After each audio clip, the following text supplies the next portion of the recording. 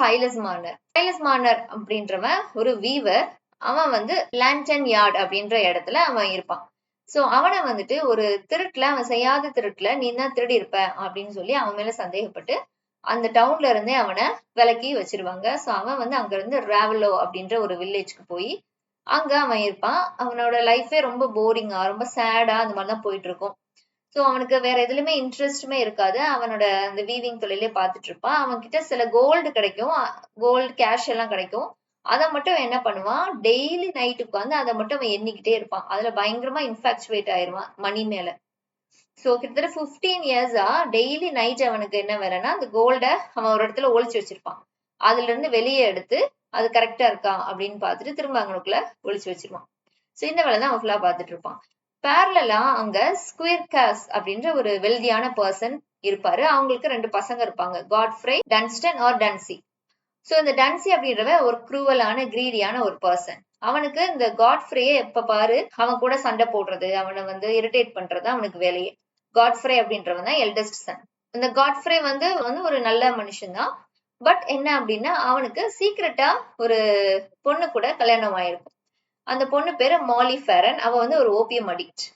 Okay, அவன் கூட கல்யாணம் ஆயிருக்கும். ஆனா நான்சி லாமெட்டர் அப்படின்ற ஒரு பொண்ணையுமே அவன் லவ் பண்ணிட்டு இருப்பான். இந்த விஷயம் டன்சேக்கு தெரியும். சோ இத வச்சு காட்ஃப்ரே அவன் த்ரெட்டன் பண்ணிக்கிட்டே இருப்பான். அவனோட சீக்ரெட் மேரேஜ நான் அப்பா கிட்ட சொல்லிடுவேன் அப்படின்னு பிளாக்மெயில் பண்ணி அவன் கிட்ட இருந்து காசு வாங்கிக்கிட்டே இருப்பான். அவன் வந்து ஒரு ஹார்ஸ் ஒண்ணு வச்சிருப்பான், வைல்ட் ஃபயர் அப்படின்னு. அதையுமே அவன் கிட்ட இருந்து வாங்கிட்டு போய் அதை வந்து சேல் பண்ணி நான் காசு எடுத்துக்கிறேன் அப்படின்னு வாங்கிட்டு போவான்.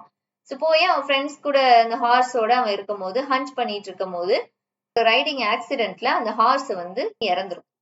சோ இவனுக்கு வந்து இந்த சைலஸ் அவன் வந்து வீட்டுல கோல்டு வச்சிருக்கான் அப்படின்ற ரூமர் வந்து இவனுக்கு தெரிஞ்சிரும், கேள்விப்பட்டுருவான். கேள்விப்பட்டுட்டு அதை வந்து நம்ம எப்படியாவது அவனை ஏமாத்தி வாங்கிட்டு போயிடணும் அப்படின்னு அவன் வீட்டுக்கு வருவான். வீட்டுக்கு வரும்போது அந்த காட்டேஜ் வந்து எம்டியா இருக்கும். சைலஸ் அங்க இருக்க மாட்டாரு. பட் இவன் அந்த மணியை தேடி கண்டுபிடிச்சு அதை திருடிட்டு போயிடுவான். சைலஸ் வீட்டுக்கு வரும்போது பார்த்தா அந்த கோல்டும் மணியும் அங்க இருக்காது.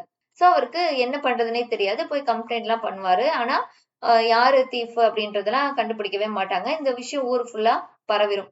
இந்த டன்சே அப்படின்றவன் காசு எடுத்துட்டு போனான்ல, அவனும் வந்து வீட்டுக்கு போயிருந்திருக்க மாட்டான். சோ காட்ஃப்ரே வந்து எங்க அவன் இன்னும் வீட்டுக்கு வரலையே அப்படின்னு யோசிச்சுட்டே இருப்பான். அண்ட் இந்த வைல்ட் ஃபயர் அவனுடைய ஹார்ஸ் இறந்துருச்சு அப்படின்ற நியூஸும் அவனுக்கு தெரிய வந்துடும். தெரிய வந்த உடனே இவன் என்ன பண்ணுவான், போய் அவங்க அப்பா கிட்ட இந்த மாதிரி ஹார்ஸ் அவன் விக்கிறதுக்காக எடுத்துட்டு போனா, ஆனா அந்த ஹார்ஸ் வந்து இறந்துருச்சு, அவனையும் காணோம் அப்படின்னு சொல்லுவான். அவங்க அப்பாவுக்கு வந்து பயங்கரமா கோவம் ஆயிடும். நீங்க 2 பேரும் சேர்ந்து இப்படி பண்ணிட்டு இருக்கீங்களே அப்படின்னு சொல்லிட்டு. சோ இதுக்கு மத்தியில சைலஸ் அவன் வந்து கோல்டு தொலைஞ்சு போச்சு அப்படின்னு ரொம்ப வருத்தம் ஆயிடுவான். சோ ரொம்ப சோகமா அவனுடைய வீவிங்கா பாத்துட்டு இருப்பான். சோ நிறைய விசிட்டர்ஸ் இந்த டவுன்ஸ் பீப்புள் வந்து அப்பப்ப நிப்பாட்டி அவங்க கிட்ட துக்கம் விசாரிக்கிற மாதிரி விசாரிச்சுட்டு அட்வைஸ் எல்லாம் கொடுத்துட்டு போவாங்க. அதுல ஒரு விசிட்டர் வந்து டாலி வின்த்ராப் அப்படின்னு.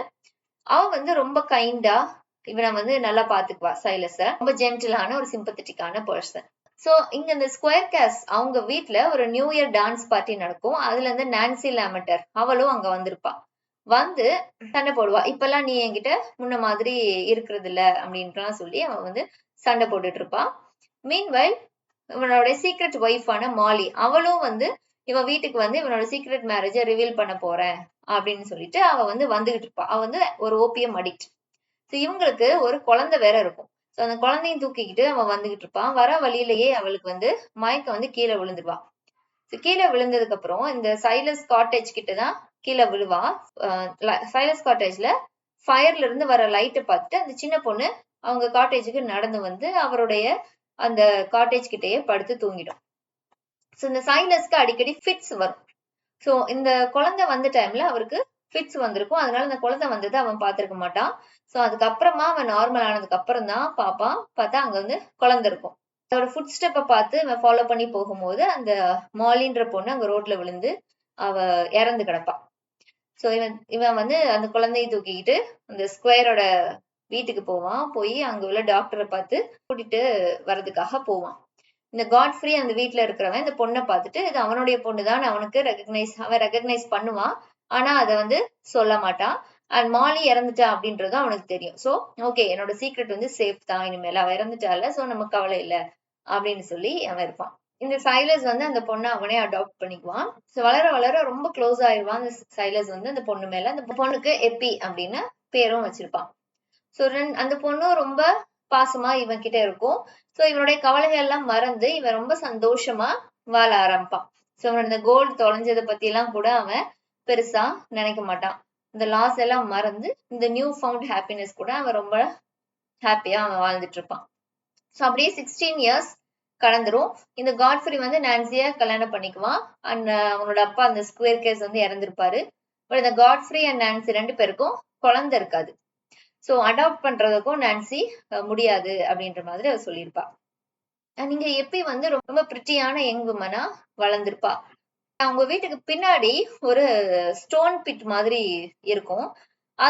அதுல தண்ணி நிறைய இருக்கும். அதை வந்து பக்கத்துல உள்ள ஃபீல்ட்ஸுக்கெல்லாம் நம்ம குடுக்கலாம் அப்படின்னு சொல்லிட்டு அதுல இருந்து தண்ணிய வந்து மத்த நெய்பரிங் ஃபீல்ட்ஸுக்கு கொடுக்கறதுக்காக எடுப்பாங்க. அப்பதான் பார்த்தா அதுக்குள்ள ஒரு ஸ்கெலிட்டன் இருக்கும்.